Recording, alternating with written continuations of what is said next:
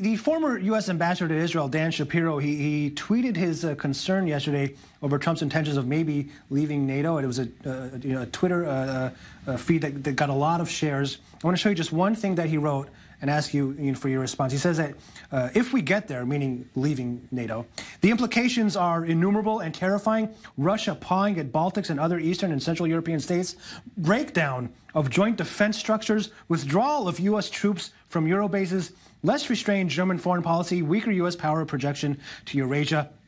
If Trump indeed does that, what kind of repercussions do you see that we would have, particularly on the Middle East and on Israel? Dan Shapiro is still mourning on Obama.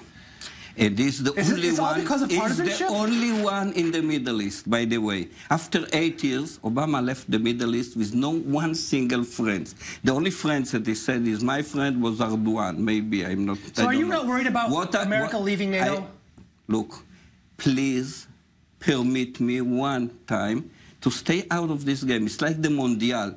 You know, with the Israelis, we really enjoy the games there. It's not our game. It's a game between Europe and the United States of America.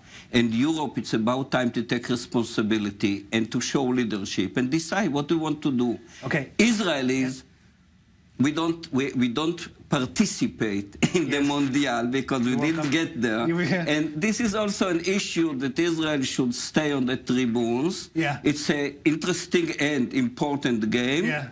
I just watch it. Okay, Aaron, what do you agree with General Uzi Dayan? I mean, okay. Yeah, first of all, Dan Shapiro is an anti-Trump troll on Twitter. I've been following him very closely. Don't pay attention to anything he says. It's clearly partisan. Second, you know, Donald Trump specializes in the art of the deal. So, of course, he's going to go in like a bulldozer, just as he did with Iran, just as he did with North Korea, or is doing with North Korea. And let's see what he ultimately does. You know, but third, let's really talk about this. What is the point of NATO? I mean, it used to be to fight the Soviet Union, and it did an excellent job at helping to end the Cold War. What are they doing now? I mean, what have they given us? The last thing that they did was this internationalist responsibility to protect nightmare that turned into what you have seen now in Libya, a failed state. Al-Qaeda took over, man-pads all over the Middle East. Okay. And, you know, lastly, why should the United States pay a disproportionate amount of NATO? This is a very fair question, and it's something that Donald Trump is right in bringing up. Uri, I think if I put words, I don't want to put words in Aaron's mouth, but I think, you know, we don't need NATO anymore.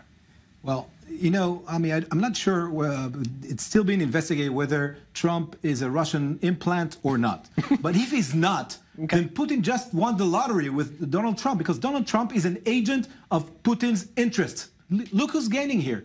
When there's a rift between America and its closest allies, Germany, France, NATO, that serves only one man and one man only, and that's Putin, the leader of Russia. Now, you know, we definitely have a stake in this because we're part of the Western world, we're part of the democratic world, and when the leader of the free world is going berserk, it affects us severely. And this is something that we should all be very concerned about. I want to let you wrap it up in 30 seconds. Uri Zaki says this will affect us if Donald Trump leaves NATO. It's all connected. Look, there is an effect, of course, but let me tell you, the Israelis are not that fond of Trump.